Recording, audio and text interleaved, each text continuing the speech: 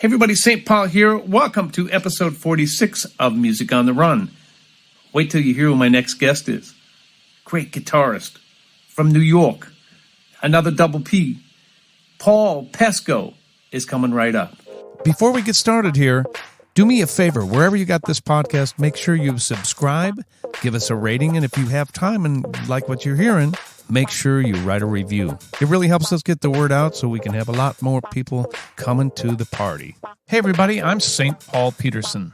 Friends gave me that nickname, and I've been lucky enough to tour with people like the Steve Miller Band, Kenny Loggins, Peter Frampton, Donny Osmond, to name a few. And when I'm not playing music, I love to run. And this is a podcast about how we stay healthy on the road, physically, mentally, and with our families. Welcome to Music on the Run.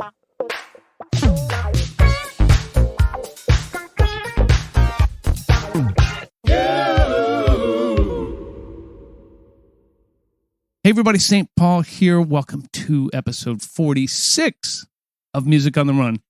Thank you very much for joining us. We don't take that for granted. We love having you come here. We're almost up on 2 years of doing this podcast. Wow. I know. Now, since our last podcast, let me fill you in on some current events. I got a chance to do a gig with Mr. Jared Lawson, who was a previous guest on this show. Very cool. And we had such a blast.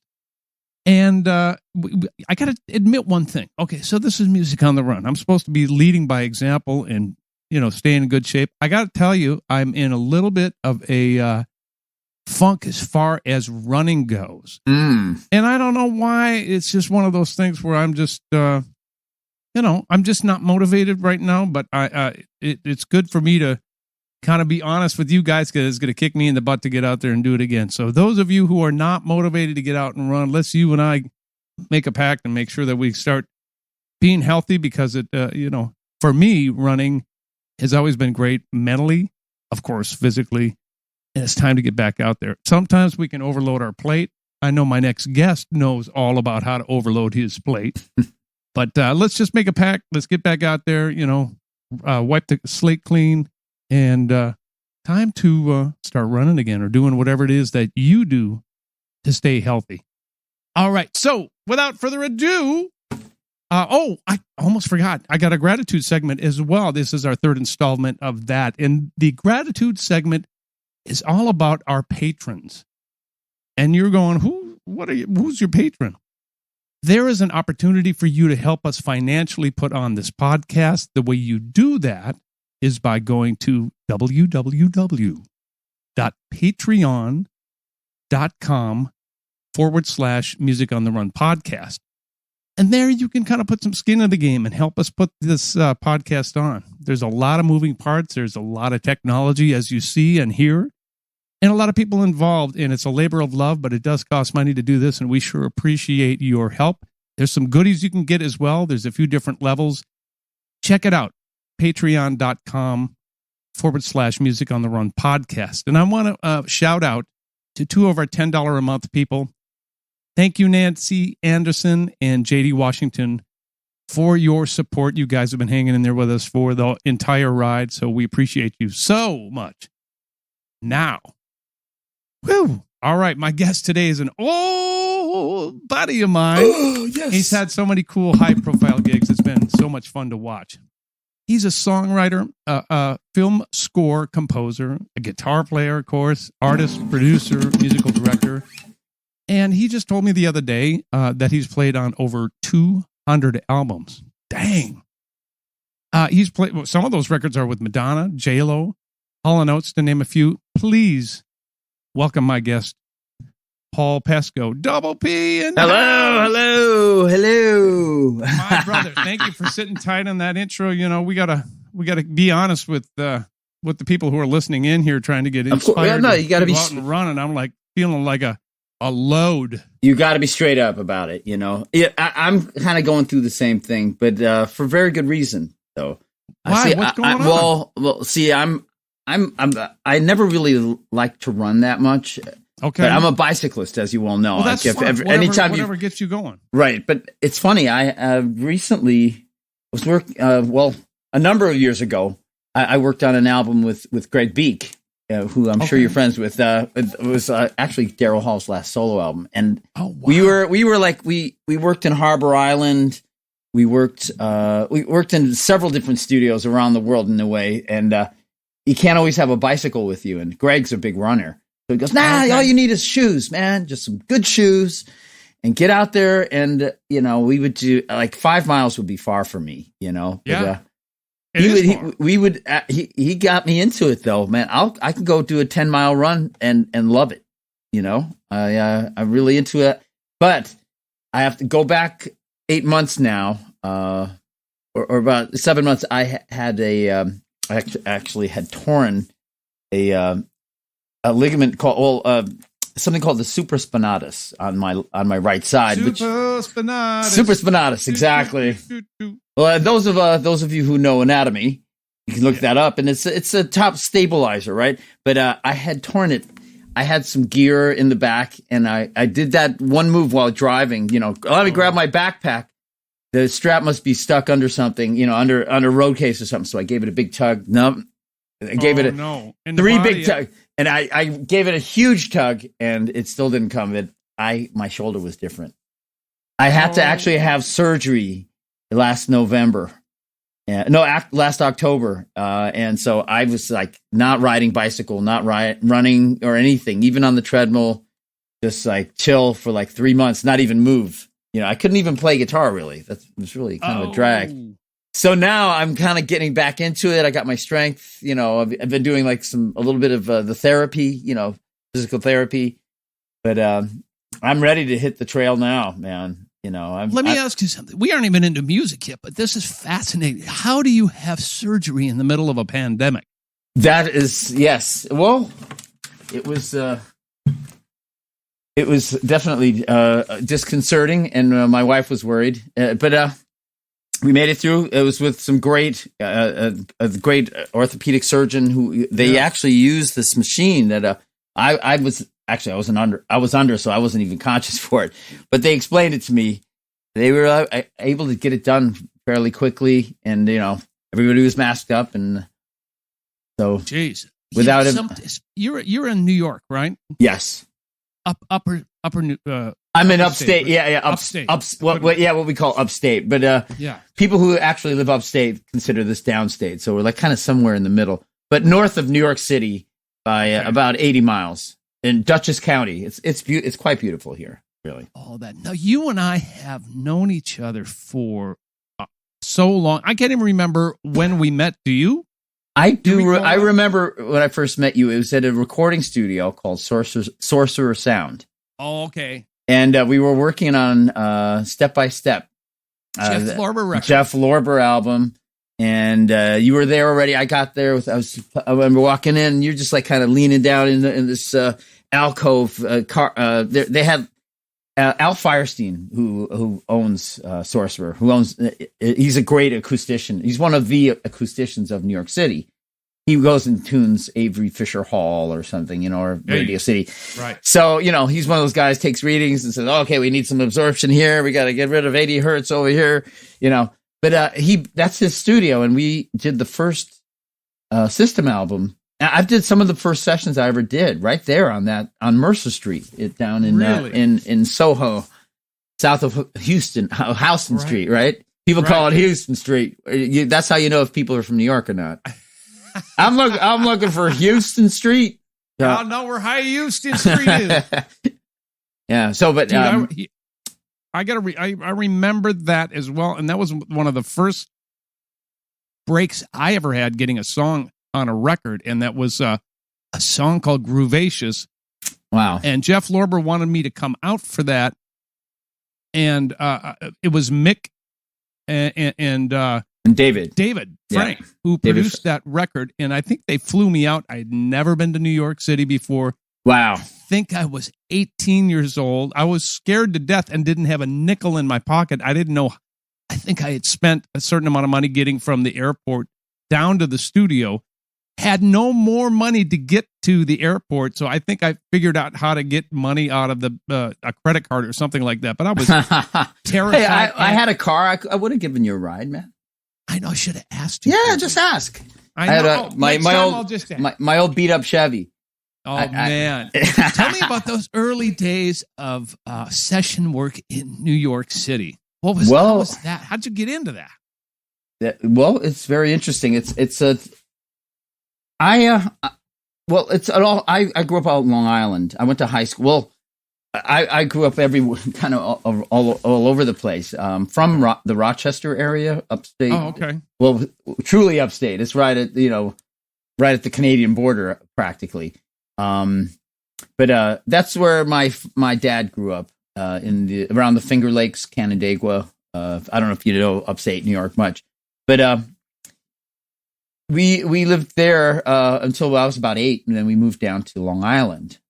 And so my father is a music teacher and opera singer. So we lived in Long Island for 1 year, and that was in 1968. And then we moved to Germany for 5 years, where my dad had gotten a gig singing. He's singing professional opera in an opera theater, and we'd always do like the summer festivals, Tanglewood, Chautauqua. You probably did. Did you ever do? Was it Interlaken or something like that? I know you. I can't remember. You and I have done so many of those things that it just. Well, as a child, my dad was in a lot of these festivals, the summer festivals. Tanglewood is one of them, and he'd be in the chorus or have a solo spot. And Chautauqua is another, and it's in Chautauqua's upstate New York, and Tanglewood's in Massachusetts, and it's really kind of where the Boston Symphony is in the summertime. So your love for music comes naturally from it's like kind of the environment. Yeah, my father's a music teacher, and largely there was a lot of classical music in my house. We'd listen to Puccini, Verdi, and in Germany we would be at the Wagner Festival every summer, which is Richard Wagner. But my father had this great record collection of just all the classics, but then he had like John Coltrane's greatest hits, and really? that it was like the Atco release, and it had Giant Steps on it. It had My Favorite Things. Mm-hmm. It had Equinox on it, which was another song, a minor blues that I just know since I was 9 years old, 10 years old, but just from listening to it. I didn't really start playing guitar until I was about 12. But so did you play other instruments before you landed on the guitar? I reluctantly played piano. My parents, my mom's Korean, my father, the music teacher. So the classic Korean mom is just like, you're getting piano lessons from age 5, from 6. I got news for you. That's every mother. Well, so we all had piano lessons, me and my 3 sisters. It was something. It's funny. I didn't absolutely. I'm so glad that I had that experience, because I'm not like you or Ricky, but I love being able to play piano and write. It helps composing. I just love being fluent and with having the ability to play piano. So I'm eternally grateful to my parents for pushing that on me. But it's funny. I went through the various instruments in school. Like in 4th grade, I played trumpet. I wanted to play in the school band, and I just kind of went through instruments until I landed at the guitar, going, "This is the one. I love playing this, and I can just play forever." And it hurt, as you well know, with getting calluses. But after a while, it's just I felt at most at home on the guitar. Growing up, who did you love to listen to on the guitar? Who was your hero? Well, there were various. Really, I kind of got into like listening to like Simon and Garfunkel, James Taylor. So more folky. Yeah, it's funny because those were like the records that were kind of around, and they were friends of ours. My sister, my older sister, Jeanette, 5 years older than me, and so she had friends that would come over, and there were a couple that played. I remember this one guy. I think his name was Dan. I forget his last name, but he had a guitar and he was good, and he kind of sang like James Taylor. So he would come over and play, and those were his things. And I was like, oh, that's interesting. That's cool. And I remember the first song I ever learned was House of the Rising Sun. You know, really? So it's yeah, right. You know, it's the A minor, the C to, but it was kind of the standard of the day in the late 60s, early 70s, you know. But I really kind of got the fever when, and I still to this day don't know whose records they were, but they were left at our house, and they just stayed there, and I listened to them every day since from the time that I discovered them, and that was Jimi Hendrix's smash hits and Band of Gypsies. And that's what like made me crazy for the guitar. Yeah, I was like, all this folky stuff is cool, but listen to that. How does he do that? And it was Hendrix, and then I discovered Santana. You know, the Santana Abraxas album, and every song on that album were just amazing. You know, his guitar playing is so lyrical and just so connected to his soul. You know, that affected me. What was the moment that you decided this is what I'm going to do for a living? Yeah. I don't think that happened for a while, but the love for it happened right away. About 45, 50 years old? Is that what? Yeah, like last week. So, but what's interesting though is we were living in Germany at the time when when I got these records, and we were a couple of years into it. We had moved to a city called Hof an der Saale, which is Hof means like, I guess, stead or home, you know, or time is really home, but Hof would be like, I guess, town on the Saale, which is Saale is a river, right? So and there was an Air Force base there, and so we would hang out we had a lot of friends. The first city we lived in Germany, there wasn't even close. It was upstate. I mean, it was up in the north of the country, and there weren't any American military around there.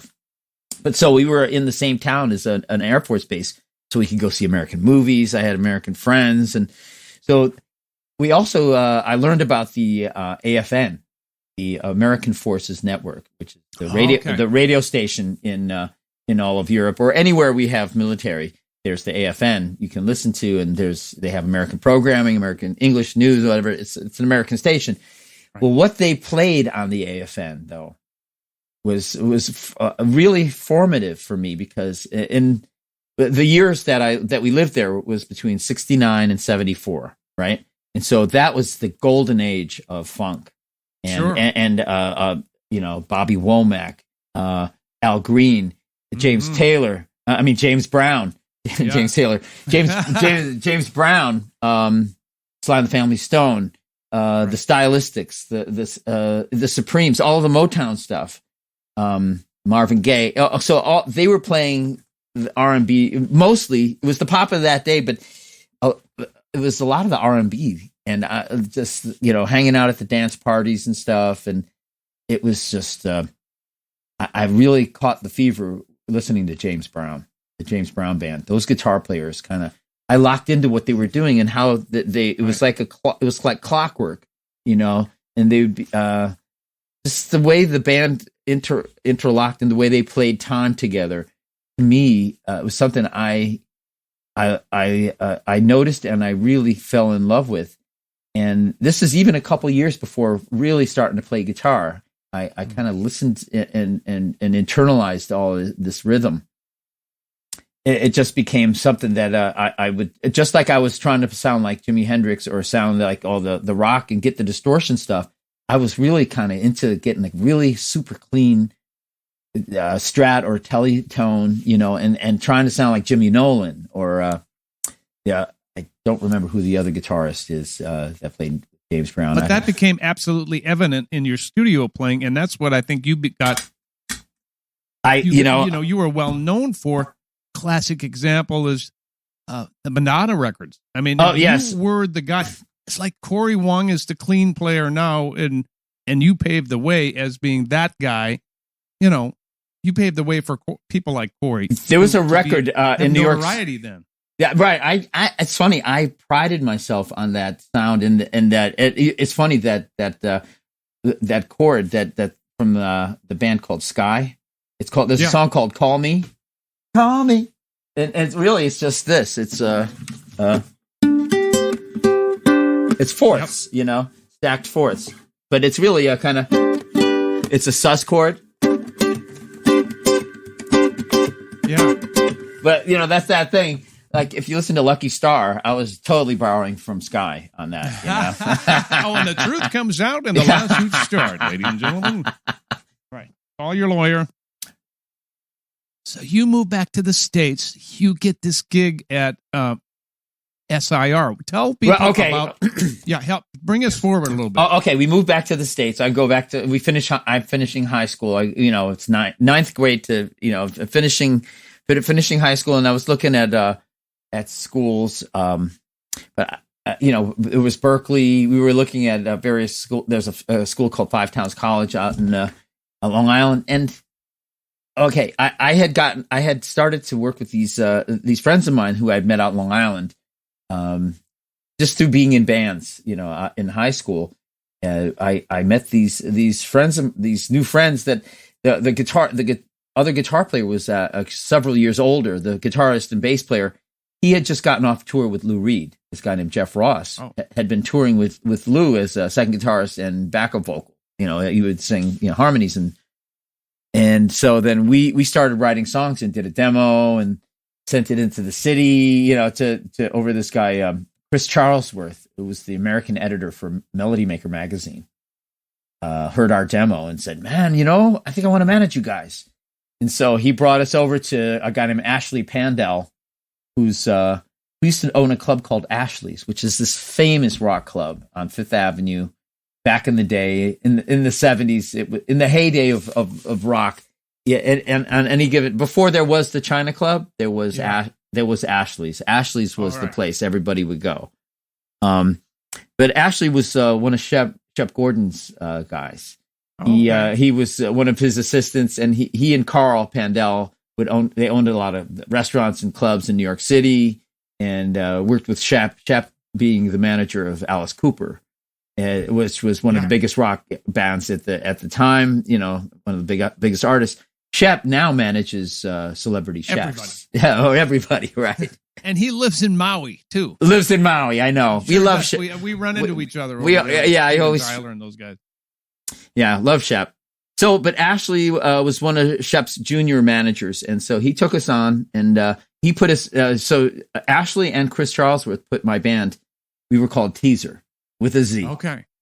Yes, it was classic Long Island rock and roll. Teaser. Oh God, Teaser.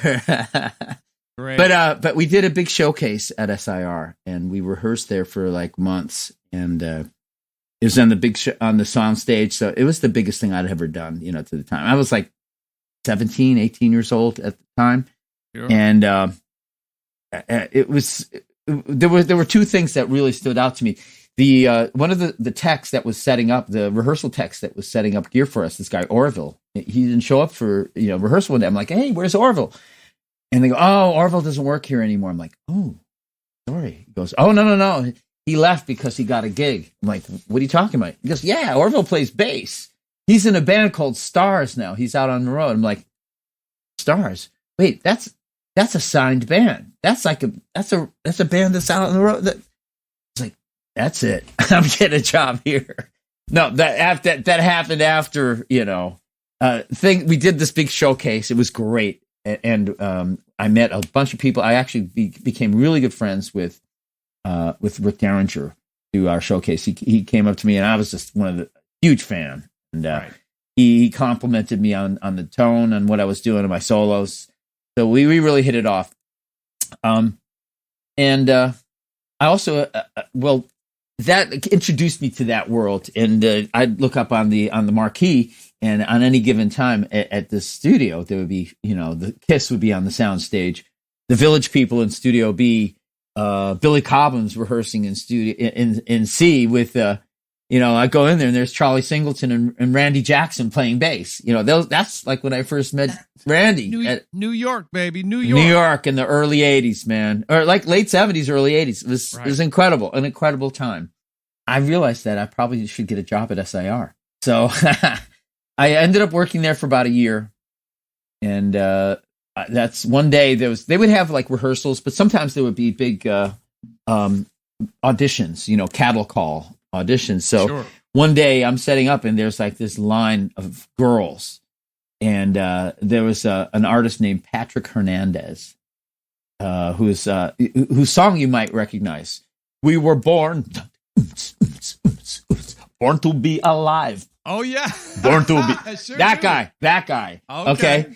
He put out an APB auditioning background singers. He needed 3 background singers for his American tour. And so that day I was, they were in the studio and there was this line of girls just coming through. And this one girl comes into the office and goes, "Hey, what do you do here?" And I'm like, "Well, I'm running the place. This is 54th Street. There's SIR on 52nd. And the first one, the original one, was on 54th. So we were up there at the older theaters. The older rehearsal studios, A and B. So they were in Studio A, and she goes, "Well, what do you do here?" I'm running the place. I'm a rehearsal tech, and answer the phone, whatever. He goes, "Oh, okay." Well, I'm like, "What's your name?" He goes, "Madonna." And I go, "Well, good luck with this." And my name's Paul. And that was just a random meeting. She just was, came in and just was like checking the place out. Lo and behold, she was one of the 3 that got the gig. Oh, yeah. kidding. So she went to Paris or did this American tour. And then they ended up taking her to France. And apparently the story is that they wanted to sign her and make a record with her in France. And she escaped. Got back to New York and got back together with the guys from Breakfast Club and Stephen Bray, and we're working on that. So from there, I ended up after I had left SIR after the year, the band called there's a band called Atlantic Star. They were one of the they rehearsed at SIR a lot, and I had been living. I was renting an apartment in White Plains, and that's where they live. And so after rehearsal, they would give me a ride. I wouldn't have to take the train. They'd give me a ride in the van back to the White Plains. But they ended up offering me the utility man position on their tour in 1982 for the Radiance album. They had Sharon Bryant was singing with them, and Porter Carroll was playing drums. Porter was on there. Yeah, my boy Porter. Kidding. Our boy. He says hello to you, by the way. I'm actually interviewing those guys next. For, nice. The following. Nice. He sends his love. Very cool. Send love right back to him. Right Absolutely. Back at you. Yeah. Okay. So he's part of the family that offered me my first opportunity, to tour. How cool is that? So it was so cool. We were working at the studio, and I walk out of the studio one day. We're rehearsing to go in and record, and there's that girl, Madonna. She's like, I'm like, "Hey, how you doing? What's going on?" She goes, "Your band sucks." I'm like, "Thank you." I think she goes, "No, but I like you. But I think you should be in my band." I'm like, "Okay, well, that's interesting. Well, tell me about, what do you mean?" "Well, how do I know I want to be in your band? Can you sing for me? I don't even know what your voice sounds like." And she, right at the point, sang me something in that kind of that mousy Madonna voice from the first album. Sure. And I was like, "Wow, okay." She was good. She was on pitch, and she was. I liked her, better than Keith's voice. Yeah, I like Madonna's. I said, "Okay, well, what do I do? What do you want me to do?" And she goes, "Can you come here Saturday at noon and wear something cool? And here's some music." And John Gordon, who's the guitar player who was leaving, was like a session guy, really good producer, good writer. I mean, he had handwritten out charts. I still have them somewhere with instructions and all that, and how to use your Casio data bank to create the echo, the alarm beep, then put it up to the pickup and put it through a digital delay. And it was like totally stuff that I had that same watch already. I was like, I was a nerd. So I got it, and I nailed the rehearsal or the audition and got the gig. And David Frank was the keyboard player. Stephen Bray was the drummer. A guy named John Kay, who ended up playing with Bowie, was the bass player. And so that band right there, joining that band for rehearsals early on, was key. It was the beginning of, it was before the System. David had branched off to do the System. Yep. And before Madonna really kind of hit it. But I played on those demos. And that was that was just before Atlantic Starr offered me the gig to go out on the road for the summer. So I went away for like 3 months. David Frank ended up going out with a band called Clear, and that on that tour that same year, 1982, Mike Murphy was the tour manager for Clear, and that's how David Frank and Mike connected. Meanwhile, I was out on the road with Atlantic Starr that summer, listening to like Jeff Lorber records in the bus on my cassette, on my Walkman, Sure. But just listening to the radio, the first System song was on the radio already, In Times of Passion. I remember hearing it and go, what is this? Right. And I get home. So inventive. Yeah. So I get home. We're actually on the bus, right, on the Jersey Turnpike coming into New York City, it's like 7 a.m. So it's like everybody's just waking up. We're realizing we're coming into New York. So we turn on the local radio station, KTU, WKTU. And on comes, I'm like, what? I said, I know this song. And then all of a sudden we hear, everybody, come on, dance and sing. I'm like, oh, yeah. I'm listening to the radio. I'm like, wide-eyed. I'm like, that's Madonna. Oh, my God. Madonna's on the radio? And the guys are like, Porter Carroll's like going to me like, Who's Madonna? Who's this Madonna? What are you talking about, Madonna? It's horrible. What is this Madonna? So I get home. I call her on the phone. I'm like, Madonna, what's the story? I heard you on the radio. What happened? What is this? She goes, I got signed. I'm signed to Sire Records. In fact, I want you to come in the studio. I'm not happy with the guitar, and it turns out I didn't realize she had been working with Reggie Lucas, who's an amazing guitarist. Yes, of course. Who's just a great musician and stuff. Mm-hmm. Who wrote Borderline. Okay. But she and Reggie weren't seeing eye to eye, so she fired him. So I go in, and the first song that she had me play on was something I had done on the demo, which was one of the songs that got her signed, was Burning Up. She really liked how I did these harmonics and stuff. Mm. So she had me play on Burning Up. And then there was another song, Lucky Star. She had me do the guitar for her. And that's where I borrowed from the band Sky. Classic that rhythm part that everybody had to cop, man, in cover bands. Right. Whose part were they copying? Double P? Holy Pesco. The other Double P. That's right. Yeah, man, from one Double P to another. So right. It's funny because there was that Billie Jean kind of thing, that David Williams thing that he was just so incredible at, and I just fell in love with funk. I just love the funky thing, and it's just like it's funny, like how some people don't really understand what it's about. How each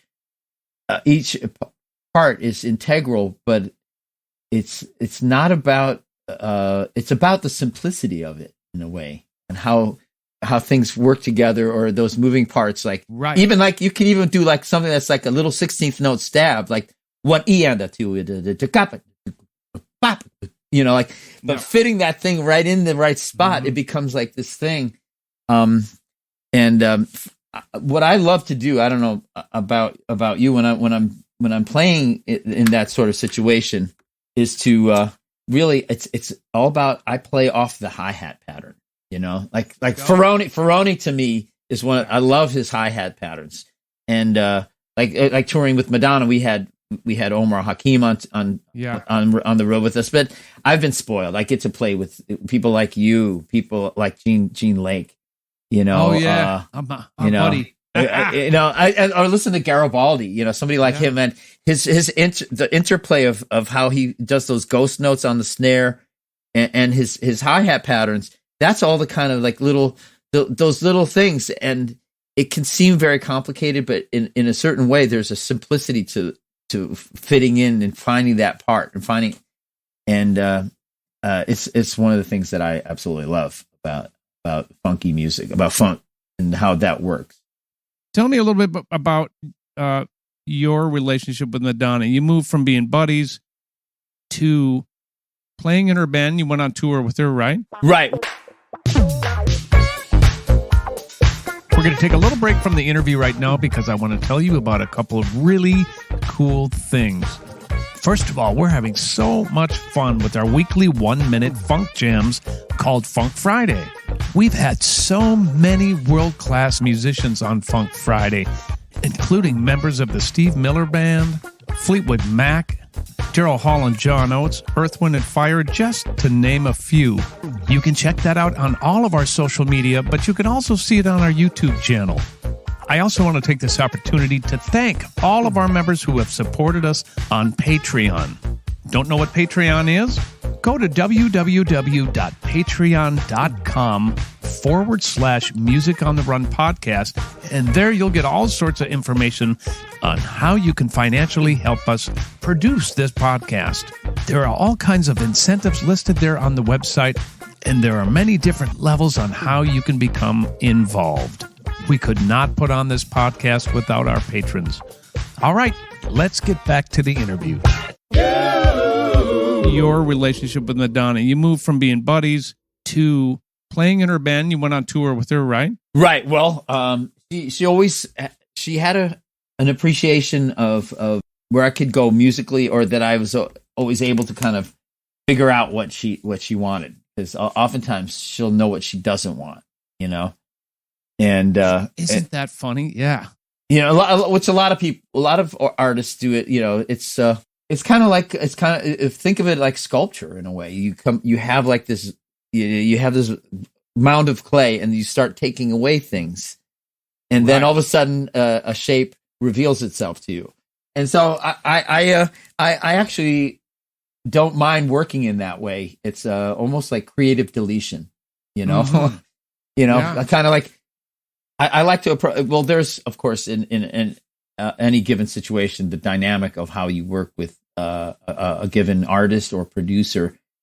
It has to, you kind of establish it. Sometimes people have a very definite idea of what they want. Well, here's a question I've got for you that I've noticed about watching someone who's a friend catapult into the stratosphere as far as their career goes. You've done it as a sideman. I've watched it as a sideman. Have you seen your relationship? Did it change the way you and Madonna interacted from the time you met as hanging out, and then all of a sudden she's this superstar? I have right. Well, that is a good question, because it is a. And I don't mean it derogatorily at all. No, not at all. But I remember during the first tour in '85, towards the beginning. You know, we were all like, let's go to the movies. Yeah, we all want to go. Who wants to go to the movies? And, you know, because we're all, on the road, you're kind of a road family. And, you call around to everybody's room, and you get a group together, and like, it was like 4 or 5 of us, probably, Madonna being there. And she already had a bodyguard. They knew that she was going to need one. She actually learned on this one time that I'm talking about was just kind of it was a turning point where she kind of realized that can't work or it's not going to be the same. It was right at the point where the MTV videos were really hitting, so everybody knew who she was. She was very recognizable. She was kind of being herself, you know. She was, because it wasn't like a costume that she put on, you know. She would dress up, but, you know, in her everyday life, she was Madonna, you know. So I remember us walking to the movie theater, and then there were like 2 or 3 kids behind us, following us, trailing us. And then we turned a corner, and then there was another, like, soon there were like 20 kids, 30 kids following us, and she had to duck out with the bodyguard. She goes, "That's it. We can't go to the movies. We can't do this." So we all dramatically, yeah. Her life changed dramatically, and she had to kind of go into a protective mode. She couldn't just, when you're that famous, it happened fast for her. Well, the same goes for you, though. I mean, you're on the road with all these famous people, with Steve Winwood, Madonna, J-Lo. You yourself start to get recognized. People recognize me more from, I have to say, of late, people recognize me from the TV show, from Live from Daryl's House. Is that right? Isn't that something? In the most kind of random places, So you're more egotistical now than you were when you were when you were 20. Your head is yes. It quite piss off then. Yes, right. No, that's fantastic. I didn't know that. No, it's a cool thing. It's kind of fun. Because I'll be like at the grocery store, something. Right. And somebody, I turn around, I'm like grabbing Paul. Hello. Yeah, man, you are so good. I love the way you play guitar on this. And I'm like, and what's Todd like? What's Todd? I'm like, so I like it. I actually don't mind. I don't respond in a negative way at all. So yeah. Hey, let's talk a little bit about some of the different folks that you toured with. When I bring up Steve Winwood's name, tell me what that makes you think. Oh man, I just great admiration. I love his voice. Steve is one of the nicest people you'll ever meet.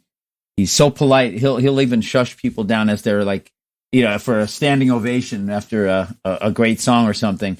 He'll be like, "Oh no. This next song." He's just really such a nice guy, and but after the show he becomes this dangerous guy, because he's like, "Oh, one more pint. I'm like, no. 2 pints is good enough. I can't drink. I don't like to, I'm not a drinker, really. Yeah. But I'm not saying he is, but he's definitely a classic Englishman who likes his ale, or likes his, sure. I mean, fancy a pint, Nice. Tell me about Cher. Cher was a lot of fun. I didn't really tour with her for a long time. Paul Merkovich is a good friend. I'm sure you know Paul, don't you? Paul Merkovich? I know of him. I don't keyboard player. Him He was Cher's musical director. It was for the single Believe. When Believe was released, I got called in to work with her. Oh, right. Okay. And we did David Letterman, Saturday Night Live, a couple other TV shows. So you did more of the shows than the actual tour. Yeah, exactly. I didn't really tour there. I played on albums. I've done some of her studio stuff. I'd have to look up the song. It's while you're looking, I know the name of the band you were thinking of. It's called Dreams. Dreams. Yes. Thank you. Thank you. You're welcome. Never mind. We don't have to look up the song. That's okay. Okay. The Cher's, I ended up playing on her albums and playing this stuff live. These live performances, which were very interesting, and it's interesting that it was for that song, Believe, because that is. Right, and using the auto tune, and it was really a turning point. Huge, for the whole the can sound of worms that got opened on that. Yeah, song.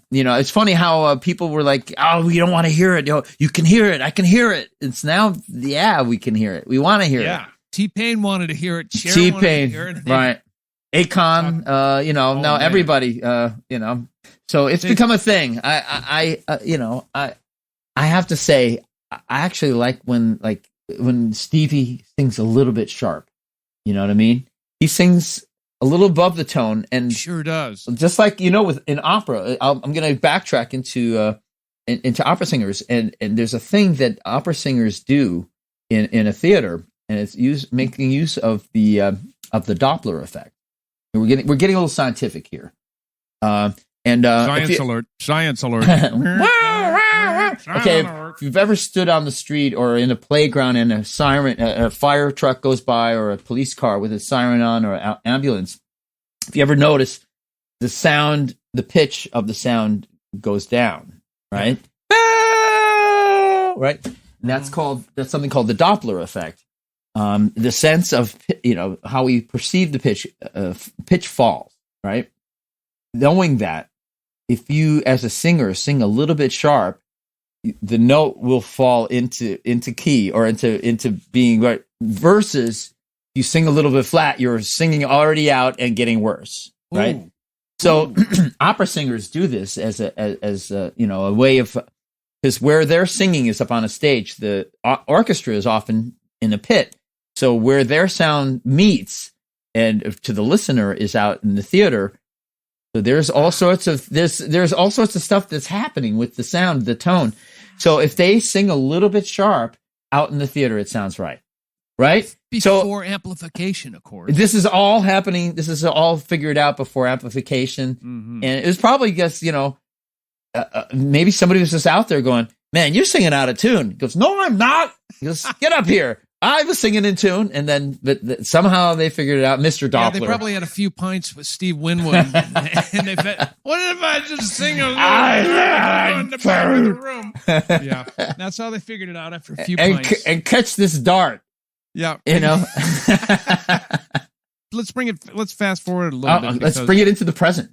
Let's bring it in. Well, I want to talk a little bit about Hall & Oates because okay. of the portion of your life that was, you said that people recognize you from the show. You did a lot of great thank you. Yeah, I loved doing that show. I was musical director and guitarist for 38 episodes.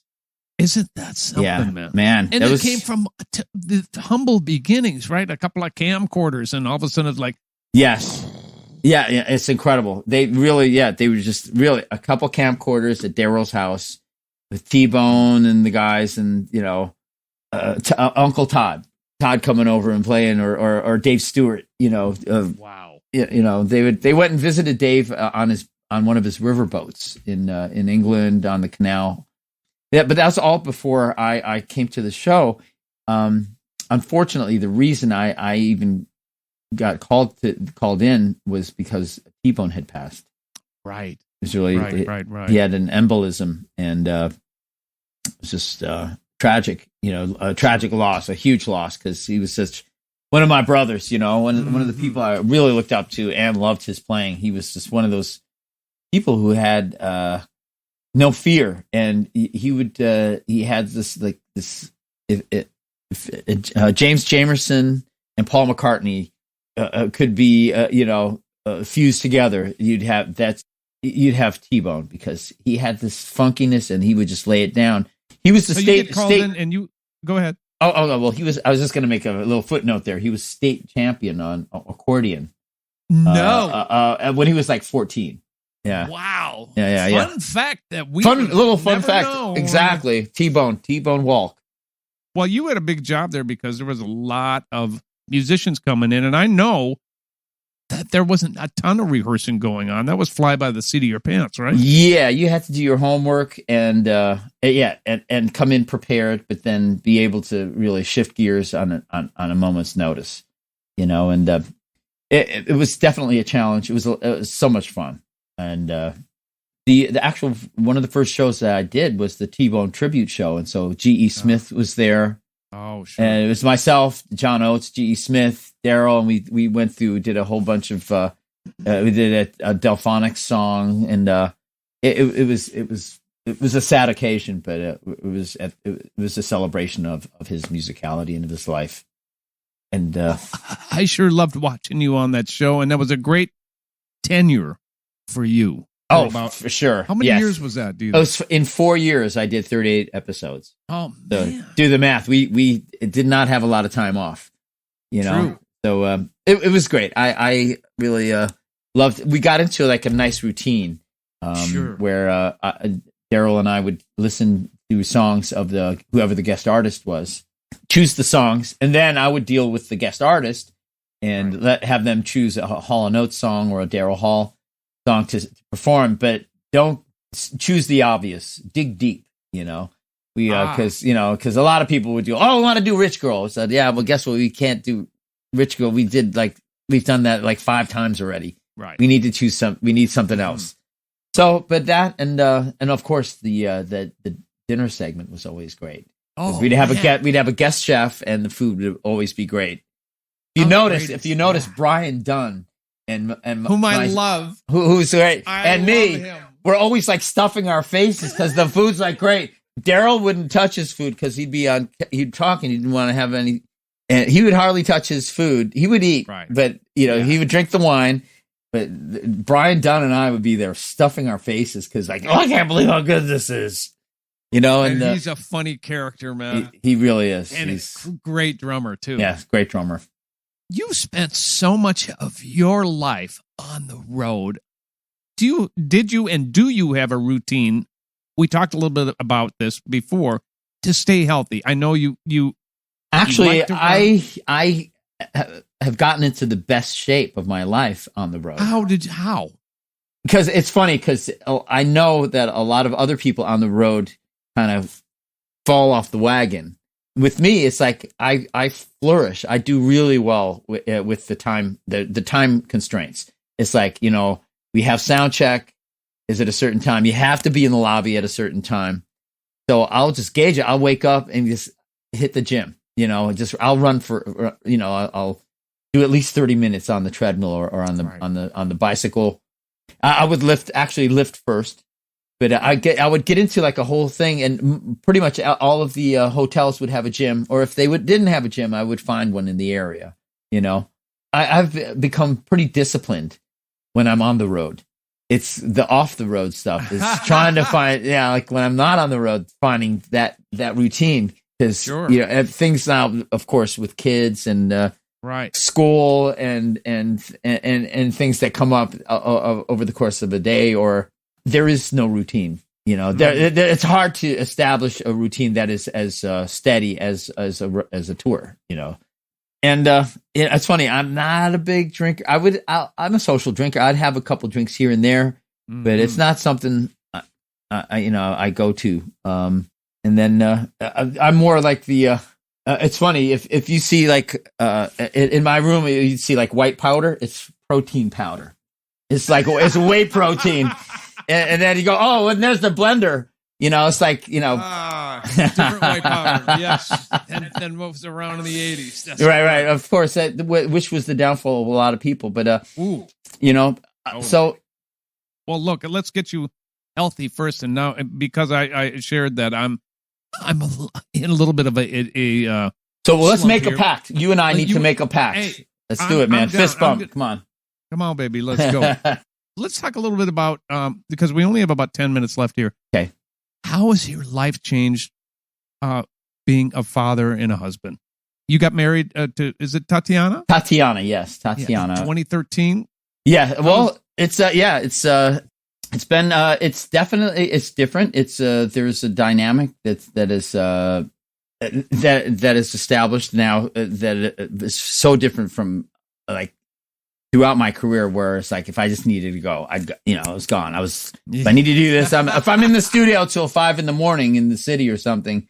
Yep. But it still happens now and then, but not as common. But like right now, I'm just finished a 24-day, like just straight ahead, 24 days straight. I worked every day in the studio with Robert Clavillis on this new album project band that he's producing. New band from CC Music Factory. CNC Music Factory. Robert Clavillis, yeah. Who I did all those famous records. Everybody Dance Now. Yep, I did that with. In fact, I used this to make that sound. That's you playing that. The old that Zoom. Sound? Yes. I did not know that. I thought that was a sample. Well, it's a sample of me. Okay. I did not know that. I'm going to do a little blog explaining how we made that sample. But they had a little keyboard. They had this little keyboard sound, and it was really they had kind of taken. It was almost like the Mission Impossible theme, Yeah. But they made it into 4/4. But they had a keyboard sound that was doing it, but they wanted something a little bit more intense. They wanted a real guitar. Sure. So I played it down. I said, but there was like, it being distorted because they wanted distortion. They wanted it to be power chords. They were like, you could hear the string squeaks and like the finger movements and stuff. So we ended up grabbing one of these guys, a drummer. Oh, I have it. I actually have one over here. Gate? Yes, the drummer Gate. And So they keyed the gate to that keyboard sound, that little silly keyboard sound to open and shut really hard. And so then I doubled the guitar. It's 2 guitars. And then they just fed it through the gate that had been keyed to the other sound. And so it's dot, dot, dot, dot, dot, you know. So I've known you this long and I didn't even know that was you. Isn't that funny? That's great. Yeah. That's great. What you doing? Let's move forward because you're doing new stuff with them in the video. Yes. that I saw. Yes. That video. Over 1 million views. Yes. Yo Soy Latino is the name of the song. And, the band is called Latinos del Mundo, which means Latinos of the world. This is the latest creation and band that Robert Clavillis has put together. I'm helping out. I'm engineering. I'm co-writing some of the songs. I'm playing guitar on some of them, and on a large part, I'm playing engineer and editor and stuff. So I've the last 24 days have been a whirlwind. I literally have just come down yesterday was my first day off. And it's just like, oh my God. Well, I'm glad I could get you right back in the studio to do this. Yeah, no, it's Tell cool. Tatiana I'm sorry. Yeah. Paul says hi and he's sorry. Yeah, he says hello and sorry. She's a good advocate for you because I've been doing Funk Friday for 77 episodes. And she comes on my feed and goes, what's the matter with you? How come you're not calling Paul? And I'm like, because I'm an idiot. I don't know what I'm at. And then, of course, now that we've done that already, and we're going to do more. But that was fun. She's cool, man. I like her, so I like her so much. She's definitely somebody who's going to take initiative and get in there and say something. She should. Yeah, she's awesome. She's really a big supporter and a driving force. You know, good for you, man. Which I already have on my own, but she's like, and she's really good with like keeping track of stuff, invoicing, which is good. That's important. That's fairly important. You mean we get paid? And they get paid? Do everything for free, Paul. Yeah, do everything for free, Paul. Double P. You just did this soundtrack for the Aretha Franklin movie too, didn't you? Yes, that just came out. We're so excited about it. It's a movie called Respect.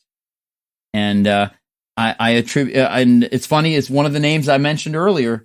The drummer from the Madonna band that I auditioned for and got the gig in, Stephen Bray, has done incredibly well in his career as a composer and producer. He had this band Breakfast Club.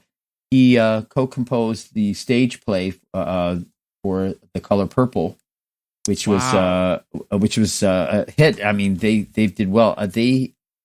They won several awards for that, and it was produced by Steven Spielberg and Oprah. And they handpicked Stephen Bray, Pam Shane, and Piano in the Dark. Brenda Russell.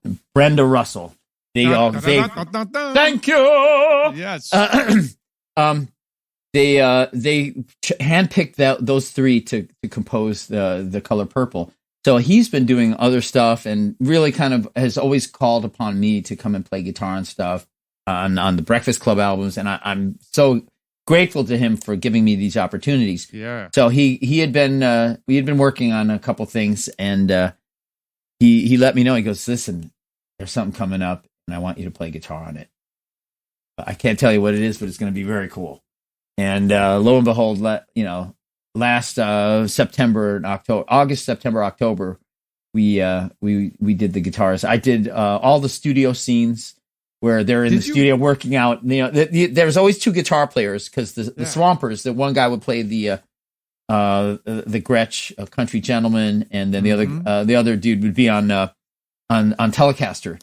So the actors were there, and they were players. They could really play, but they had me put in, something that was studio quality.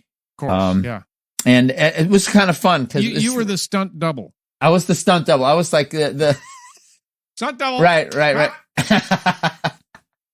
and I was doing like really kind of Foley because there was a couple things where he moved his hand, and I'm like, there's no sound there. Oh, we got to put a string squeak in there. So really, yeah, that was kind of fun stuff. And great. I did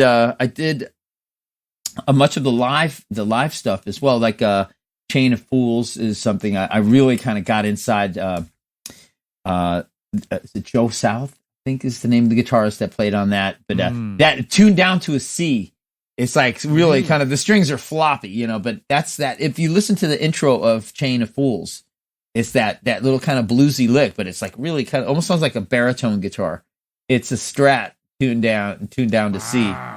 Yeah. Wow. It's a very cool part. But I listened down to that. I charted every nuance of that, of the way he play of the record on a chart, so that I had something to follow, and then applied it to the live treatment of that in that scene. So that's something I'm really proud of. But really excited about the movie. It's been getting great reviews. I actually haven't seen it yet. I was in the studio working. Right. I haven't seen it either, but now I'm even extra. You have to go check it out, because my Double P brother is on. Come on, man. Hey, you know what's funny is that I sit here and you and I, we've known each other a long time, but this is really cool because I get a history on you. You've been doing this for a long time. What keeps you motivated to this day? Because, look, we ain't no spring chickens anymore, but then you seem like you're still hungry. What's up with that? It's weird. I am. I that's the perfect assessment. And I have never lost that fascination, the hunger, the excitement. I like hearing something on the radio, going to the movie theater and hearing something I worked on. It's just the thrill. It's just so thrilling. It'll never get old for me, and I just feel incredibly lucky and filled with a feeling of gratitude, really. And I don't know. It doesn't get old for me, and it gets old for the people around me, like my family. They're like, yeah. How about the French Riviera instead of movie theaters? Hi, Dad. Right, come on, right. So, and what a great career, man. One thing before we go, give me some advice for someone who wants to be the next Paul Pesco. Give some advice for up and coming musicians. What do you think the most important thing is? Keep an open mind, really. Keep an open mind, open ears, and try to learn It's funny. I remember there was early on when I was younger, there were certain styles of music that I really held above others. I was like, oh man, this is better than that, and I really didn't like country music. But right. I have a newfound love for everything, and there's something to be learned from every style, and it's funny to think about it. Like there's these that's the reason I think that like a punk band, so some of these musicians who can hardly play their instrument could land on something that's truly meaningful, because I actually have an analogy. If somebody doesn't speak English that well, does it mean that what they're trying to communicate to you doesn't mean as much, or isn't as important? So I take that same, I'll take that analogy and apply it to music. So if somebody really can't play music that well, or isn't that proficient on their instrument, does that mean that something that they're hearing in their head, or if they get to it, it's not as meaningful? So I used to discount and not listen, only listen to the finest, and I still do. I mean, I learn from the best, but right. I have that's the way I can listen to a Shags album and go, they're kind of hitting something there. But I think that, but keep an open mind. There's something to be learned from almost everything. Maybe what to do, what not to do, but but music is a language. It's not a sport. That's one thing that I feel strongly about. And if you go to YouTube, you see a lot of YouTube virtuosos now, which are who are amazing on their instruments. But to me, it's like, why is Carlos Santana such a great artist? Because he understands the simplicity and being able to play a couple notes and really just reach into your heart and communicate a feeling and an emotion. So, you know, approach music with that attitude, being really open.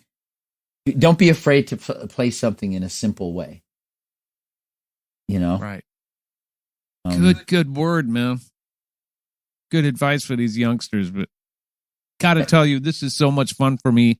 I'm sorry it took so Paul. long to get you on please. the show, but look, I'm here. I'm here. I've been here, and we're not going anywhere. And now, you know, we'll be collaborating on some other stuff. You know, you and I got on the session wire. We'll be doing it. You know, I mean, you and I have a lot more music to make together, man, and it's such an honor to indeed have you on here and call you friend for so many years. Thank you, man. You know, I love you, man. I love you right back. Everybody, this is Paul Pesco, my old buddy. We will see you in 2 more weeks. Thanks for listening and watching. Thank you for having me. Take care, everybody. We're out. Music on the Run was hosted by yours truly, St. Paul Peterson. Edited and produced by my buddy Davide Raso. Artist relations by Owen Sartori. Video editing by Tanner Montague. And a very special thanks to the people who financially support this podcast. And remember to keep an open mind. Yeah!